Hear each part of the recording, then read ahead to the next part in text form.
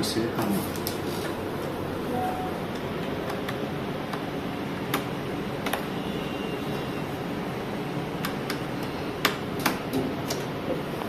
Finally લાગી ગઈ છે ને. અહીંયા લાઇટ થઈ ગઈ, જો બતાવો લાઇટ ચાલુ થઈ ગઈ છે, ઓન થઈ ચૂકી છે.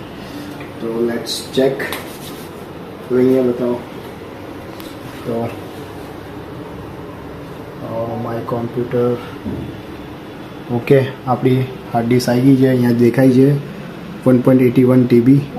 તો આ આપણી હાર્ડ ડિસ્ક છે. તો આ પ્રોપર કામ કરી રહી છે. હવે આપણો ડેટા જે પણ જે બેકઅપ આમાં લઈ લઈએ અને લેપટોપને ખાલી કરીએ, કેમ કે લેપટોપ આપણું ભરાઈ ગયું છે.